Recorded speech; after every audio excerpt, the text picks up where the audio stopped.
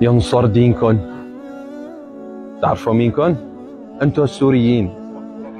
كثير نحن تشكرنا ناس ساعدت السوريين، بس هلا دور السوريين في المناطق المحررة، عسكريين، اسعاف، دفاع مدني، جهاز امن عام، شرطة، الناس المدنية، الفصائل بالمجمل اللي شفتهم كلياتهم عم يتكاتفوا لينتشلوا الناس من تحت الانقاض. ينصر دينكم. نحن إدارة الأزمة كانت كزلازل كبيرة خلال 40 ثانية تدمر فيها بقد حملة عسكرية كاملة وناس تحت الأنقاض. كإدارة ضمن الإمكانيات كانت ممتازة. الله يجزيكم الخير ضمن هاي الطاقة. شكرا للسوريين، شكرا للمخيمات، لأهالي جبل الزاوية، المنكوب اللي كنا نحن دائما عم نسعى معه بجمع التبرعات بأعداد كبيرة، اللي دائما صاروا يشيلوا أهلهم في الخيام، كل خيمة تشيل 3 عوائل.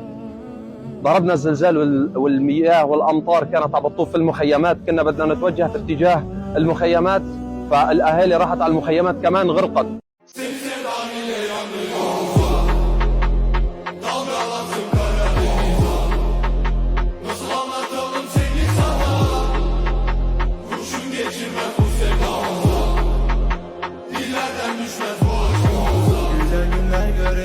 Sanma ki pes edeceğiz. Geçmiş günlerin hatırına, yarınlara güleceğiz. Senin hatırına, anıların hatırına.